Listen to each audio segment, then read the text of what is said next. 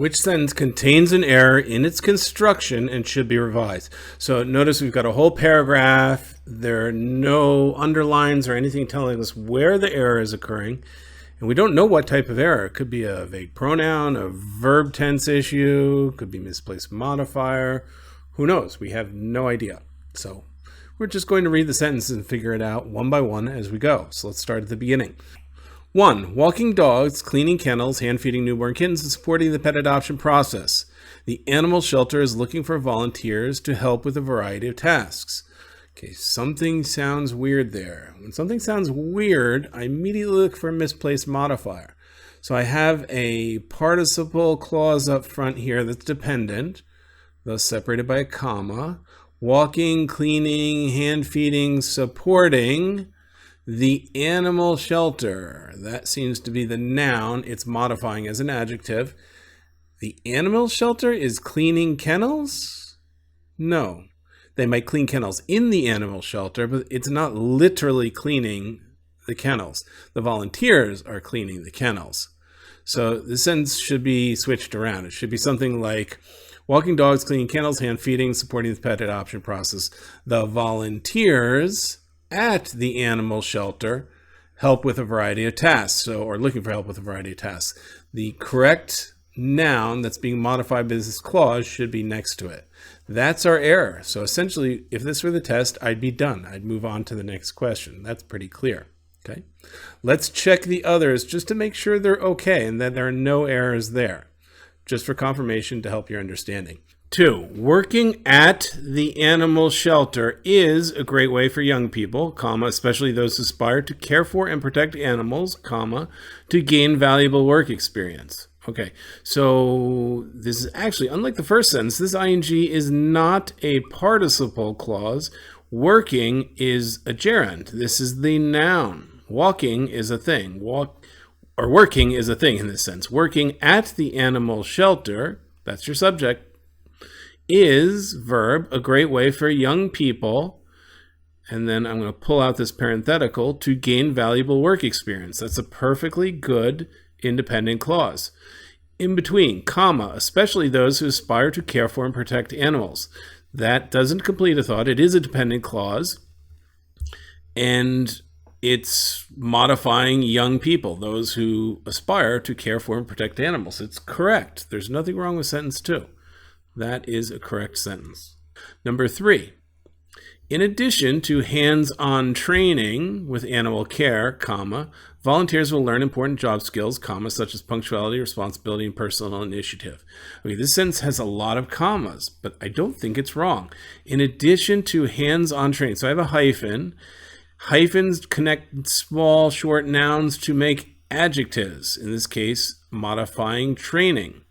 Training is, again, another gerund. This is a noun. It's a thing. So in addition to hands-on, the adjective modifying training, perfectly good with animal care. So this is a prepositional clause or phrase up front here, separated by a comma. Dependent clause up front, then my independent clause. Volunteers will learn important job skills. I could put a period on that. That is my independent clause. So dependent clause, independent clause, perfectly good. Now, such as, yes, this is probably going to be a dependent clause at the end here, which is non-restrictive, not essential, so we separate it by a comma, such as something, in this case, punctuality, responsibility, and personal initiative. Note we have the extra commas here. Why? Because it's a list of 3 or more. It's 1, punctuality, 2, responsibility, and 3, personal initiative. A lot of commas, but they're all perfectly good. So 3 is okay. 4, caring for animals can also help volunteers develop empathy. Caring for animals can also help volunteers develop empathy. That's a dependent clause up front, separated by a comma. Wait a second, though. Hold on. I don't think that's the starting of a participle clause there. Which automatically makes this a dependent clause. Let's look at that one more time. Caring, that's going to be a gerund, just like working. Caring is a thing. That's the subject noun. Caring can also help. Yeah. caring for animals. This is a gerund again. This is a noun, the subject noun. Caring for animals. The verb is help. Can also help volunteers develop empathy. That's an independent clause.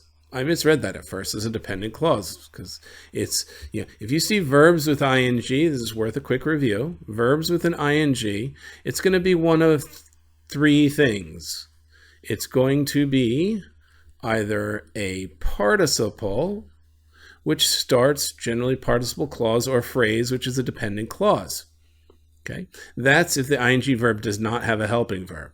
If it has a helping verb, like he was caring, then that is going to be essentially a main conjugable verb. It's going to call a finite verb. So that can be conjugated. Call it the independent clause verb, right? So that could be option 2. Not here because we definitely don't have a helping verb like that. Okay, but 3, it could also be what we call a gerund, which is a verb ending in ing that actually is a noun. Running is fun. Running is a gerund. It's a thing. It's a person, place, a thing. Caring is a person, place, a thing. The thing caring helps volunteers.